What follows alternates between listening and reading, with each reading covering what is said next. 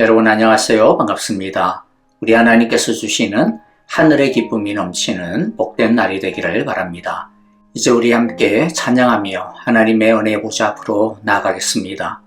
오늘 예배 가운데 우리 하나님께서 내려주시는 정오의 햇살 같은 은총이 가득하시기를, 우리 예수 그리스도의 강물 같은 보혈의 능력이 넘치시기를, 우리 성령님께서 주시는 샘물과 같은 시원함과 생명의 능력이 가득 넘치시기를 간절히 바라고 기도합니다. 함께 찬양하겠습니다.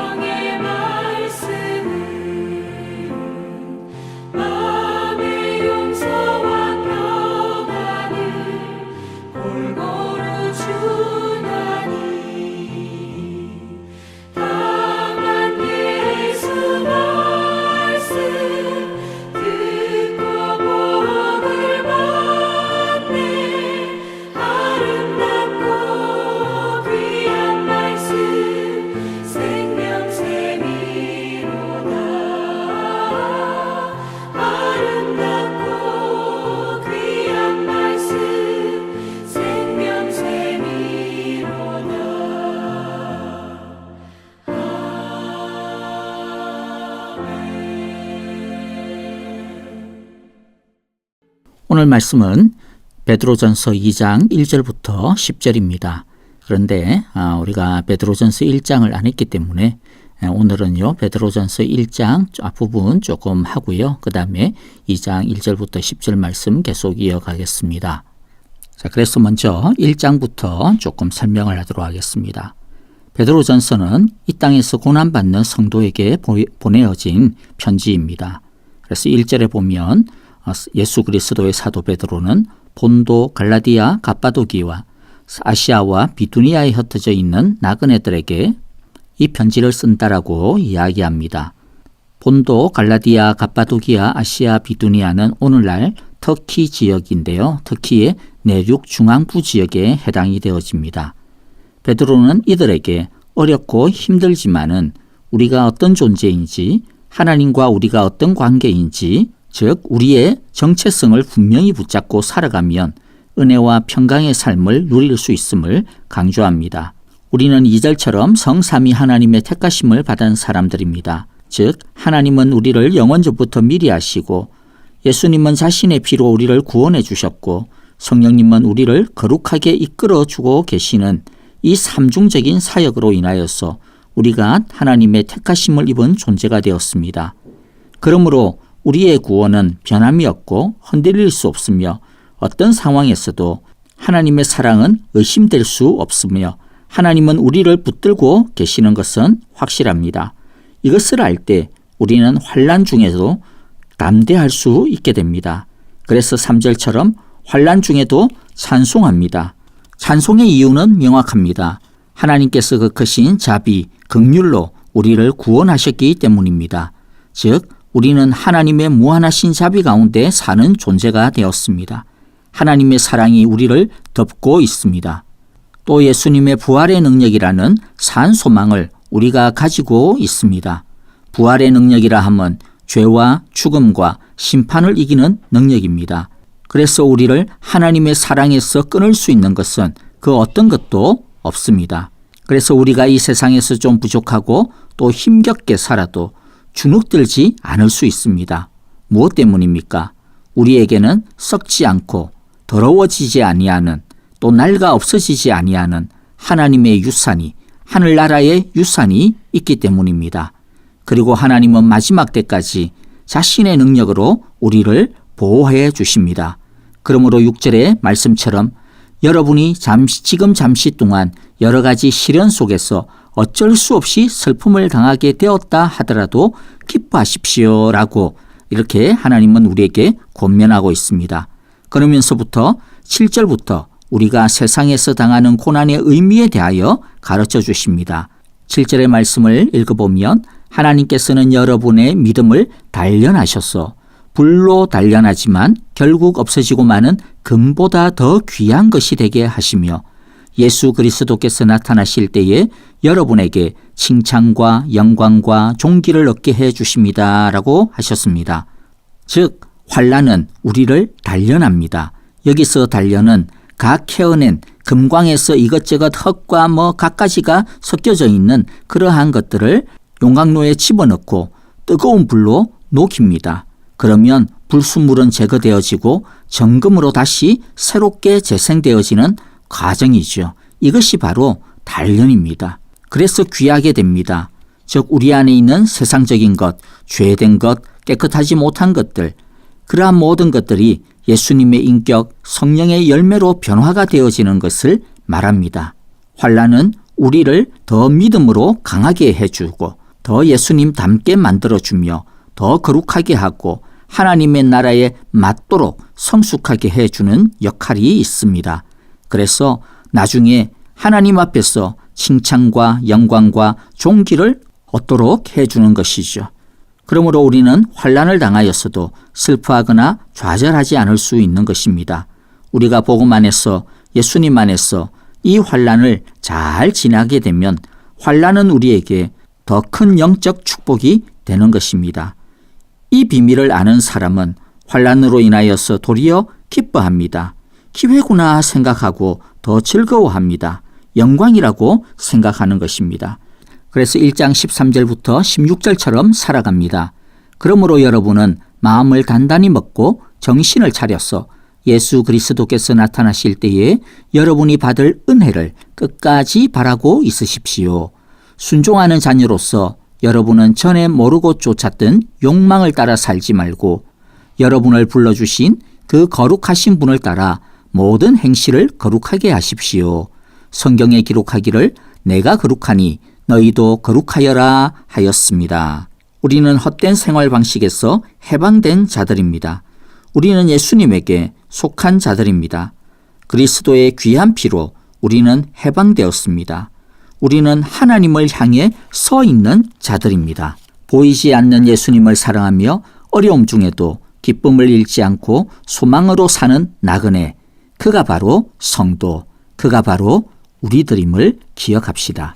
그러면 우리는 어떻게 세상을 변화시키는 거룩한 나그네로 살아갈 수 있을까요? 그것은 우리를 구원시킨 복음의 능력, 항상 살아있는 영원한 하나님의 말씀의 능력에 있습니다. 베드로는 복음을 믿어 거듭난 사건을 진리를 순종함으로 표현하고 있습니다. 믿음으로 말미암아 은혜로 구원을 얻었지만 그 믿음은 단순한 지적인 동조가 아니라 자신을 주님께 드리고 주님을 자신의 삶에 모시는 전인격적인 순종이기 때문입니다. 그래서 행함이 없는 믿음을 죽은 믿음이라 성경은 말하고 있습니다. 참된 믿음이란 관념의 유희가 아니라 삶을 던지는 순종임을 우리는 기억해야 될 것입니다. 그래서 영원한 하나님의 말씀에 순종해야 함을 베드로는 촉구하고 있습니다. 그리고 말씀의 순종은 서로 사랑하는 것, 순결한 사랑으로 진실되게 사랑하는 것으로 나타난다고 합니다. 왜냐하면 하나님이, 예수님이, 성령님께서 그런 분이시기 때문입니다. 삼위 하나님께서 우리를 그렇게 사랑하셨기 때문입니다. 우리가 그 사랑으로 인하여 태어났고 그 사랑의 영이 우리 안에 살아있고 또 활동하시기 때문입니다. 이제 우리가 베드로전서 2장 1절부터 10절까지의 말씀을 보도록 하겠습니다. 1절을 제가 먼저 읽고요. 한 절씩 교독합니다. 그러므로 여러분은 모든 악의와 모든 기만과 위선과 시기와 온갖 비방하는 말을 버리십시오. 갓난아기들처럼 순수하고 신령한 젖을 그리워하십시오. 여러분은 그것을 먹고 자라서 구원에 이르러야 합니다. 여러분은 주님의 인자하심을 맛보았습니다. 주님께 나아오십시오. 그는 사람에게는 버림을 받으셨으나 하나님께는 택하심을 받은 살아있는 귀한 돌입니다. 살아있는 돌과 같은 존재로서 여러분도 집 짓는 데 사용되어 신령한 집이 됩니다. 그래서 여러분은 예수 그리스도로 말미암아 하나님께서 기쁘게 받으실 신령한 제사를 드리는 거룩한 제사장이 되십니다. 성경에 이런 말씀이 있습니다. 보아라, 내가 골라낸 귀한 모퉁이 돌 하나를 시온에 둔다. 그를 믿는 사람은 결코 부끄러움을 당하지 않을 것이다. 그러므로 이 돌은 믿는 사람들인 여러분에게는 귀한 것이지만 믿지 않는 사람들에게는 집 짓는 자들이 버렸으나 모퉁이의 머릿돌이 된 돌이요. 또한 걸리는 돌과 넘어지게 하는 바위입니다. 그들이 걸려서 넘어지는 것은 말씀을 순종하지 않기 때문이요. 또한 그렇게 되도록 정해놓으셨기 때문입니다. 그러나 여러분은 택하심을 받은 족속이요. 왕과 같은 제사장들이요. 거룩한 민족이요. 하나님의 소유가 된 백성입니다. 그래서 여러분을 어둠에서 불러내어 자기의 놀라운 빛 가운데로 인도하신 분의 업적을 여러분이 선포하는 것입니다. 여러분이 전에는 하나님의 백성이 아니었으나 지금은 하나님의 백성이요. 전에는 자비를 입지 못한 사람이었으나 지금은 자비를 입은 사람입니다. 아멘. 2장 1절은 그러므로부터 시작을 합니다. 그러므로가 무엇을 받는 것이죠? 우리가 방금 1장 전체를 좀 요약하면서 했던 그 내용들입니다. 즉 우리가 다시 태어났기 때문에 또 헛된 생활 방식에서 벗어났기 때문에 우리를 불러주신 분을 따라 거룩해야 하기 때문에 영원하신 하나님의 말씀에 순종하고 사랑해야 하기 때문에 이게 바로 그러므로입니다. 그런데 그렇기 때문에 어떻게 해야 된다라고 이야기합니까? 1절부터 3절 쭉 내용을 보면요. 구원에 이르러야 한다라고 이야기합니다. 자, 이것을 우리가 오해를 하면 안 됩니다. 어떤 오해가 있냐면 우리가 구원을 얻기 위해 노력을 해야 한다든지 또 우리가 받은 구원이 불완전하기 때문에 더 메꾸기 위해서 애를 써야 한다든지 우리의 구원이 혹시라도 취소되어지거나 빼앗길 수 있을지 모르기 때문에 안 빼앗기기 위해서 노력을 해야 한다. 그런 뜻이 아닙니다. 구원에 이르러야 한다라고 하는 것은 자라야 한다라고 하는 것과 같습니다. 아기가 태어났으면 자라나야 되는 것은 당연한 이치입니다. 그것처럼 우리는 복음 안에서 예수님 안에서 영적인 새 생명으로 새롭게 태어났습니다. 그러므로 우리는 자라야 합니다. 이것이 구원에 이르는 것입니다. 그러면 아기가 자라려면 우리가 영적으로 자라려면 무엇이 필요합니까? 영양분이 필요합니다. 바로 젖이 필요하다라고 이야기합니다. 그래서 2절에 보면 그리스도인을 자라게 하는 영양분은 바로 신령한 젖이다라고 이야기합니다. 즉 하나님의 말씀입니다. 하나님의 말씀을 먹을 때 그런데 두 가지 자세가 필요함을 이 말씀을 통하여서 우리는 배울 수가 있습니다. 첫 번째 자세는 버리는 것이 필요합니다. 버릴 것이 있습니다. 우리가 밥을 먹거나 좋은 약을 먹을 때도 어떻게 해야 됩니까? 버릴 것이 있습니다. 쓸데없이 군것질을 너무 많이 하면 밥을 먹을 때 밥맛이 썩 사라져버리고 그래서 밥을 잘 먹지를 못하게 됩니다. 그래서 밥을 잘 먹으려면 쓸데없는 군것질을 버려야 합니다. 좋은 약을 먹을 때도 어떻게 해야 됩니까? 먹지 말아야 되는 음식들이 많이 있습니다. 그것들을 가려 먹지 않으면 아무리 좋은 약을 먹어도 제대로 효능을 발휘할 수가 없습니다. 하나님의 말씀을 제대로 섭취하려면 섭취를 방해하는 것들을 버려야 합니다. 뭘 버려야 됩니까? 1절의 말씀이죠. 모든 악독과 모든 기만과 외식과 시기와 모든 비방하는 말을 버려야 합니다. 우리 마음 안에 이런 것들을 가득 담아두고 우리의 삶에 이런 것들을 내버려 두면서 하나님의 말씀을 먹으려고 하면 먼저는 말씀을 보기도 참 어렵습니다. 이런 마음을 가지고 있으면서 말씀을 봐야 되겠지 이런 마음 잘 생기지 않습니다. 그리고 말씀을 보더라도 제대로 볼 수가 없습니다. 한마디로 말해서 효능이 없다라는 것이죠. 섭취가 안 되기 때문입니다. 한 귀로 듣고 한 귀로 흘러보내기 일수입니다. 심한 경우에는 먹어서 도리어 독이 됩니다. 그러므로 말씀의 섭취를 방해하는 이 세상의 것들을 버려야 합니다. 그렇다고 다 버리고 나서야 비로소 말씀을 먹을 수 있는 자격이 생긴다라고 하는 뜻은 아닙니다. 먼저 처음 자세가 그러해야 하고 또 말씀을 먹으면서도 은혜를 받으면서도 계속 우리가 버려야 한다라고 하는 뜻이 있죠. 둘째, 우리가 말씀을 제대로 먹으려면 이제는 버리는 것이 아니라 이제는 가져야 하는 자세가 있습니다. 그게 어떤 자세입니까? 그리워해야 됩니다. 사모해야 됩니다. 근데 이것은 단순하게 어떤 생각이 아닙니다. 갓난아기가 배고프면 어떻게 하는지 우리가 좀 이해를 하면 됩니다.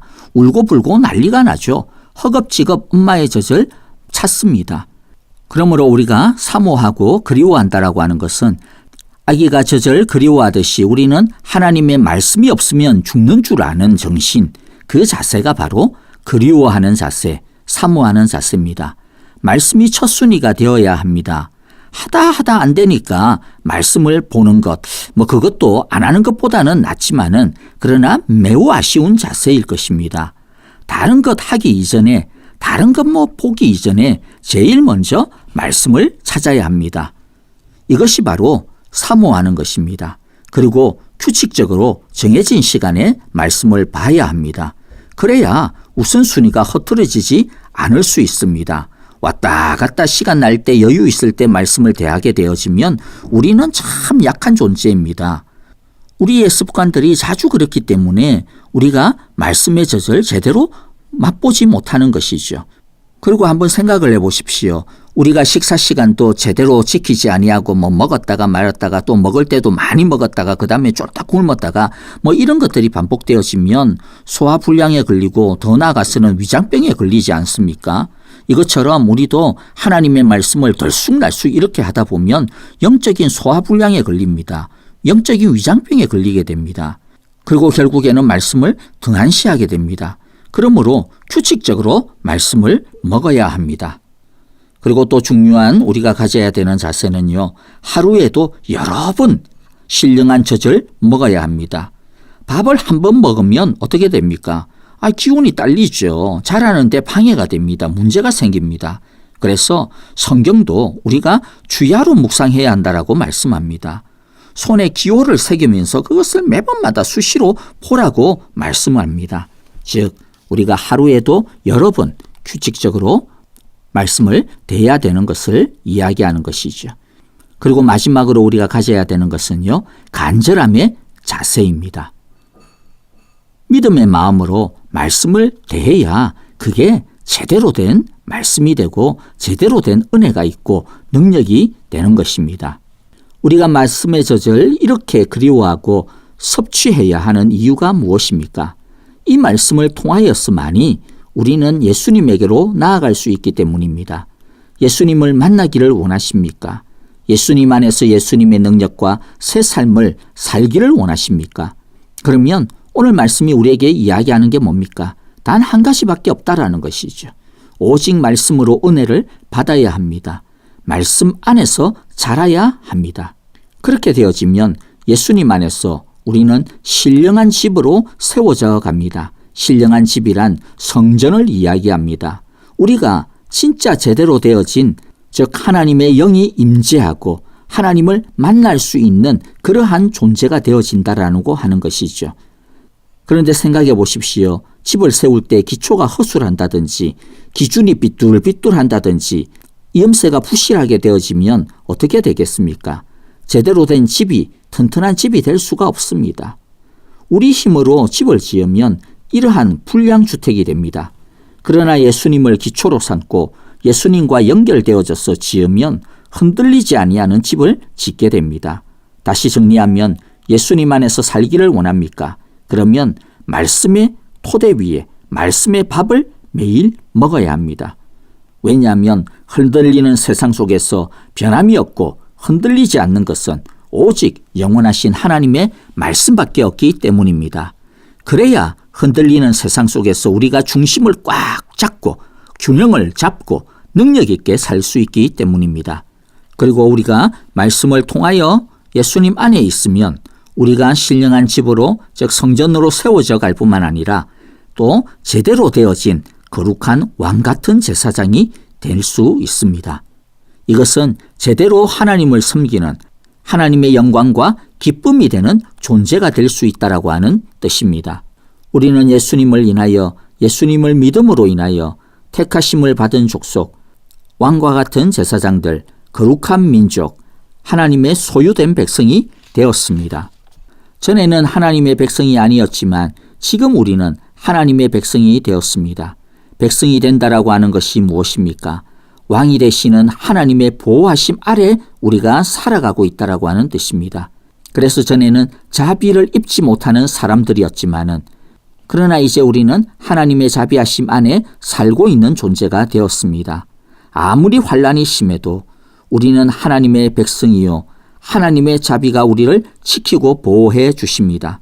우리가 아무리 약하고 또 넘어지고 쓰러진다 하더라도 우리는 하나님의 백성이고 하나님의 자비가 늘 우리를 감싸주시기 때문에 우리는 다시 일어설 수 있습니다.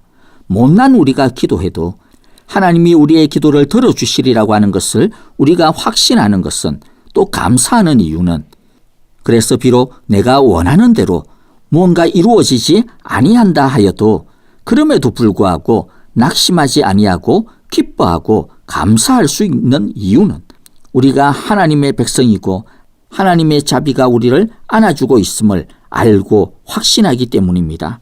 그래서 언제나 선하시고 우리를 기쁘게 해주시고 또 언제나 오르신 하나님의 뜻이 이루어져 가고 있음을 믿기 때문입니다. 그런데 마지막으로 더 놀라운 사실이 있습니다. 그것은 우리가 단순하게 하나님으로부터 떡고물만 받아 먹는 그러한 손님이 아니라는 것입니다. 우리는 하나님의 자녀가 되었습니다. 그래서 우리는 아버지 되시는 왕 되시는 하나님의 나라를 위해 쓰임새 있는 존재로 우리가 사용될 수 있는 존재로 부름받았다라고 하는 사실입니다. 하나님을 선포하는 하나님의 업적, 하나님의 복음을 어두움 가운데 이 세상 가운데 선포하는 그러한 선전하는 자로 부름을 받았습니다. 그러므로 날마다 신령한 음식인 하나님의 말씀을 규칙적으로 먹음으로써 영적으로 성장하고 예수님 안에서 신령한 집이 되어 택하신 족속이요 왕과 같은 제사장들이요 거룩한 민족이요 하나님의 소유가 된 백성이 되어서 우리를 구원하시고 백성 삼아주시고 자비를 베풀어 주시는 하나님의 그 아름다운 업적을 날마다 우리의 삶과 입으로 선포하는 저와 여러분이 되시기를 기도하고 축복합니다. 함께 이 시간 오늘 주신 말씀들을 기억하며 기도하도록 하겠습니다.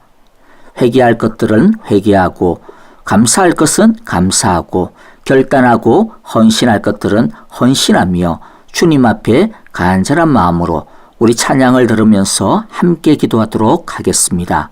오늘도 순간순간마다 규칙적으로 하나님의 신령한 말씀을 먹으며 왕같은 제사장의 아름다운 삶을 살아가는 귀하고 복된 화요일이 되시기를 축복합니다. 안녕히 계십시오. 감사합니다.